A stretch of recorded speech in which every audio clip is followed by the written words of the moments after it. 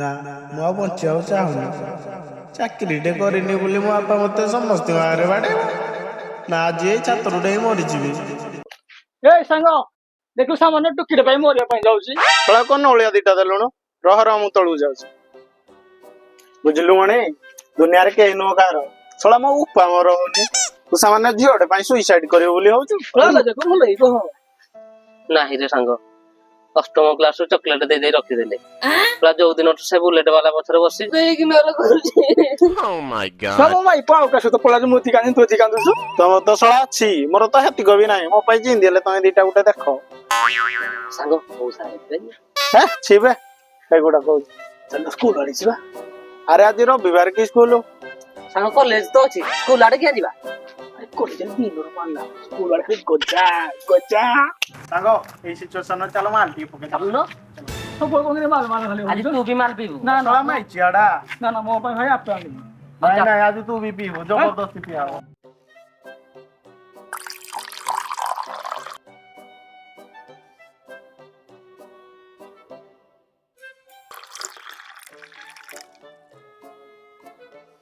Cheers. ଏଇ ମଦ glass ମୁଁ ଯେବେ ଧରୁଛି ତାନି କଥା ମୋର ଭାରି ମନେ ପଡୁଛି। ହେ ତା କଥା ତୁ ଛାଡେ, ଗ୍ଲାସ ଟା ଗୋଟେ ଏକା।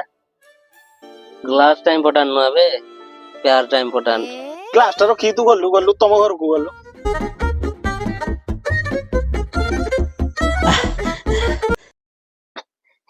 ମଜା କରୁଥିଲି। ଗୋଟେ ହିସାବରେ ପିଇଦେଲୁ ମାନିବାକୁ ପଡିବ ଆଉ। ଆଉ ଗ୍ୟାସ ଅଛି? ଆରେ ମାଲ ସବୁ ତ ଏଇଠି। ମୋ ଦୈକଳିଆଟା କୁଆଡେ ଗଲା? ଆରେ ମୁଁ ଏଇଠି ରସୁଣ ଖଟା ଆଣିଛି ନା। ସାଙ୍ଗ ମାଲ ଟା ତ ପିଇଲେ, ସିଗାରେଟ ଟା ଟାଣିବାନି? ଲଗେଇଲୁ ଟିକେ।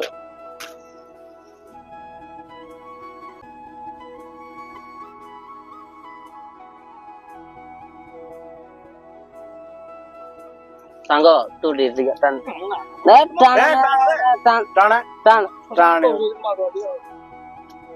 ଆଉ କଣ ସାଙ୍ଗ କହୁଛୁ? କଣ ଆଉ କହିବି ସାଙ୍ଗ? ରସୁଣ ଖଟା ଟା ଭଲ ହେଇଛି ରେ। ଆଉ ମାଲଟା ପିଉନୁ ସାଙ୍ଗ। ଆଉ କଣ କହ? ଭାରି ସାଙ୍ଗ ଟେନସନ। କଣ ଟେନସନ କହିଲୁ? କଣ ଟେନସନ? ଦେଖ ସାଙ୍ଗ, ଆମେ 10 ବର୍ଷ ସ୍କୁଲ ଯାଉଛୁ, 2 ବର୍ଷ ଡିପ୍ଲୋମା କରୁଛେ, 4 ବର୍ଷ ବିଟେକ୍ କରୁଛେ। ଆମେ ଏଥିପାଇଁ ଏତେ ପାଠ ପଢିଥିଲେ କି ଯାଇକି କାହା ପାଖରେ ଡେଲିଭରି 10,000 ଖଟିଆ? କିଏ ବି କହିଲା ତତେ ଡେଲିଭରି ବୟ କାମ କରିବ ବୋଲି? ସେ ବୁଢା କହିଛି। ସେ ବୁଢାକୁ ଏ ମଦରେ ପକେଇକି ପିଇଦେ। କଣ ମୋ ସବୁ କଣ କହୁଛୁ? ସାଙ୍ଗ ଗୋଟେ ବିଜନେସ କର।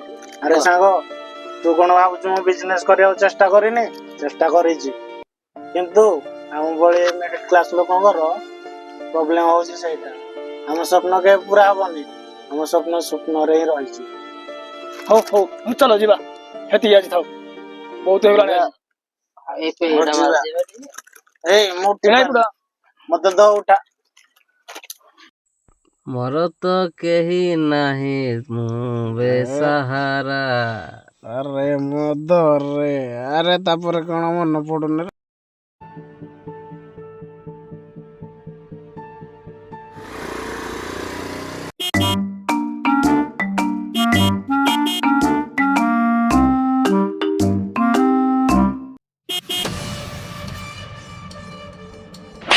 ତ ଦେଖା ଯାଉନି, ଫୋନରେ କଥା ହଉଛି। ଫୋନଟା କଣ ପାଇଁ ବଜାଉଛି? ସାମାନ୍ୟ ଗୋଟେ ଝିଅଟା ପାଇଁ ତୋ ଉପରେ ହାତ ଉଠେଇଦେଲା। ତା ବାପାର ଆମେ ହଳିଆ କି? ଚାଲ ଯିବା। ତୋ ଇଚ୍ଛା ଯାହା କରିବା କଥା କର, ତୁ ମତେ ଆଉ ଫୋନ କରିବୁନି।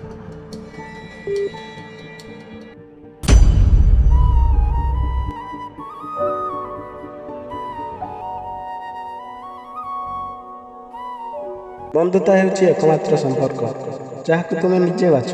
କାରଣ ବନ୍ଧୁତା ବଡ଼ ନୁହେଁ, ଯେଉଁମାନେ ଏହାକୁ ବଜାୟ ରଖନ୍ତି ସେଇମାନେ ବଡ଼।